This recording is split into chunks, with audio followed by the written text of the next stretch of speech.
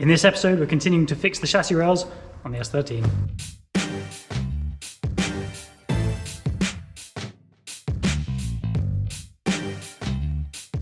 So last time we made a stonking great hole in the car. This time we're going to try and put some metal back in. First thing we need to decide is what pieces we're actually going to replace. As I said before, I don't really want to be replicating all the layers that came out of here, but as you may have worked out by now, I'm not an engineer. So as a rule of thumb, you want to put back in roughly like what design you took out and the same thickness. So I've measured the thickness of the bottom piece down here. If you're doing this at home, I would recommend using vernier calipers. They're much more accurate in this kind of scale. I only had a tape measure handy, so I measured it as 1 and a bit mil on the inner skin and 1 and a bit more mil on the outer skin, which, considering they probably used standard steel gauges, means I reckon it is an 18 gauge inner, which is 1.2 mil, and a 16 gauge outer, which is the 1.6 mil. Put them together and you get 2.8 mil, so we are going to use 2 mil. Mainly because I have some lying around and it's a little bit easier to work with, but I think it'll be okay. A continuous sheet of 2 mil that's continuously welded to the car has to be stronger than some 1 mil bits that are spot welded together and rusty, and we're not going to jack on it. Like it's probably fine. So the bottom is a bit all over the shop. Most of the outer, so like these bits, are sort of 1-ish mil again, and then inside there's a bunch of 2 mil sort of stiffeners basically, and towards the back there is a big overlapping section of 2 lots of 2 mil. One sort of did an L shape down and one did an L shape up, roughly. We are just going to do 3 mil because most of it, like over here, is 2 mil stiffener plus 1 mil outer skin. That's roughly 3 mil. We'll take that. I'm not going to bother doing like the stiff sections and the weak sections. We're just going to do 3 mil anywhere there was 2 plus 1 or near enough. So the same is true up the sides here and over the top, with the exception of this strip. So we'll weld on a piece of 1 mil just to get that looking a bit more standard again. And then that should all be as strong as it was before and good to go. So first things first, we'll get out our pattern making equipment and start making this 3 mil piece. So we've got a trusty card. I'm going to make it up to roughly there.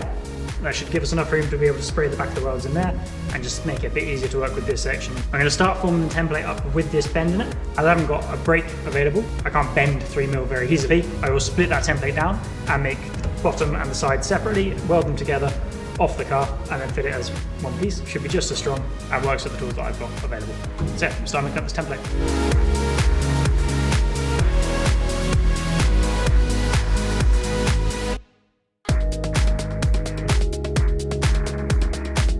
All right, so that's the templates for the first section done. I'm going to try and batch this stuff up here. So we're going to now make the templates for the next section, and we'll just make them a little bit oversized so that if this shifts a little bit when we're welding it on, we can still adjust, but it means I can do all the templating now, do all the metal cutting together, and then like get it all blasted.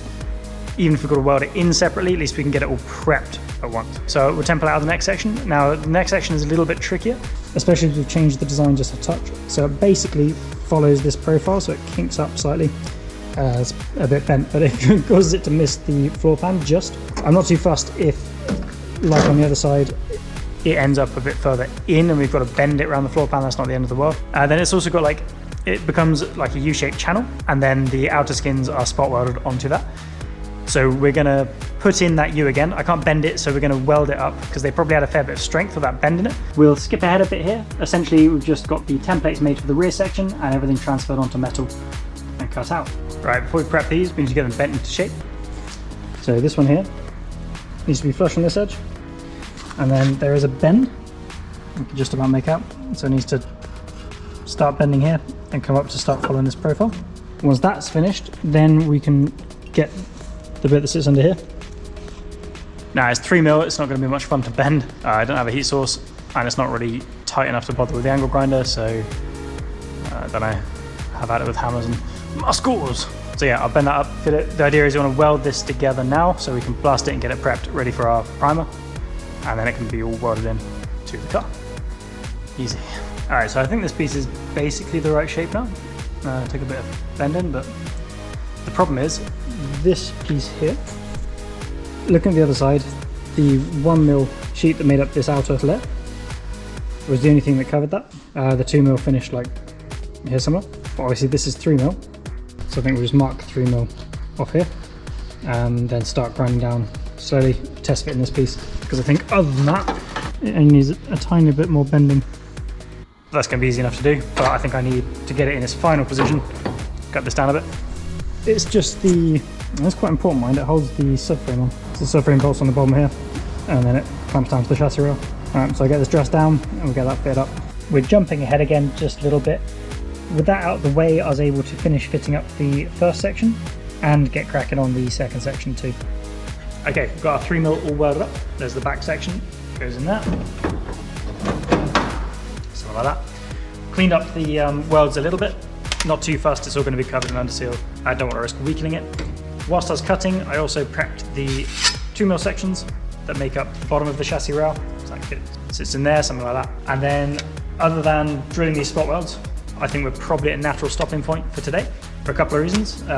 A, this video has probably gone on for some time already. B, the next step, as I touched on, takes a long time because we need to blast all of this stuff, which means getting everything out of here because you don't want it all covered in fine like sand dust, or not sand, glass dust in our case. As soon as you blast it, you have to paint it. The primer we're using, we're doing 2 coats and it must be 2 hours between coats. Then it's got to be at least half an hour before you handle it. And then if we weld it in, then I'm here for another like hour afterwards. Well, there's the welding time and then another hour afterwards to make sure everything's safe. So I'm not going to be home until like tomorrow. So we will stop here. Before I go, I will clear all this out, ready to blast. Pop these spot weld holes in here. I've left these slightly oversized so that once they're primed, if we need to trim them down a bit more, it's not a problem. And we'll do the floor another day. So yeah, I think that is it for today. We've got our main sections ready to go. Next time we'll prep them, get them welded in, and then that's it. Another thing ticked off the list. So yeah, if you made it this far, well done. We're going to try and switch to getting a bit more content out, so it is going to be a bit more just like watch Rob mess stuff up, and then get back to like proper feature episodes as soon as we can. As always, thanks for watching. Catch you next time for more repairing of the S13. Cheers.